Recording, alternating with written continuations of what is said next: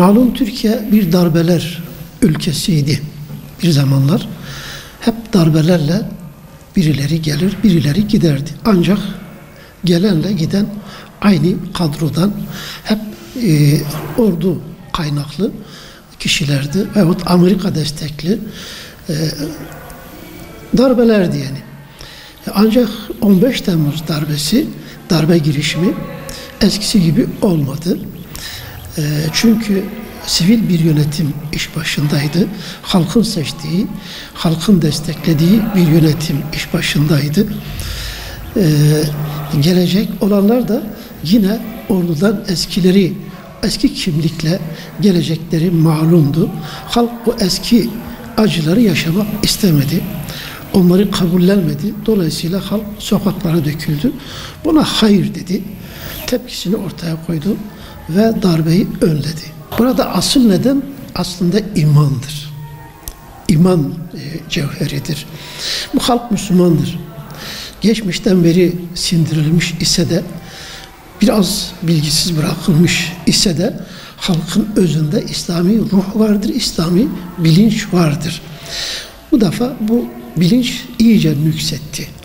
Yani gelen zulme karşı, gelen baskıya karşı, eski diktatöryeye karşı bu bilinç kendini net bir şekilde gösterdi. Buna boyun eğmedi yani. Boyun eğmek istemedi.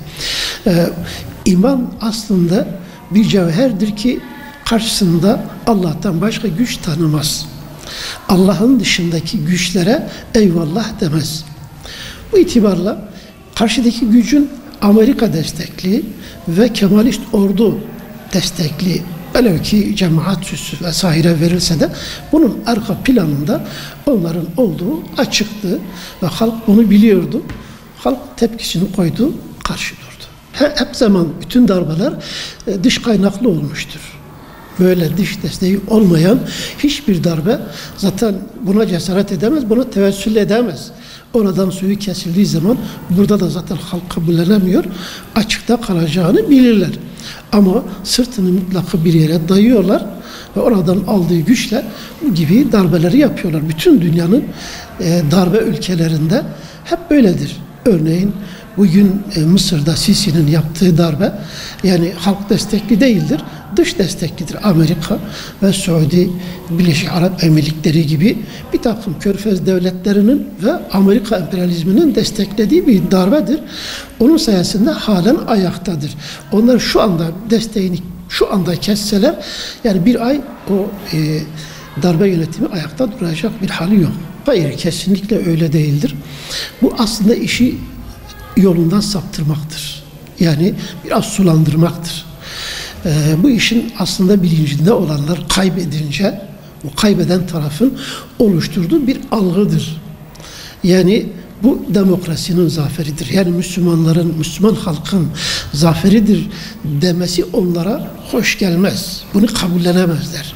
En azından demokrasi diyelim. Bunu böylece biz de özümsemiş olabilelim. Bize biraz yumuşak gelsin düşüncesiyle bu tabirleri kullanıyorlar.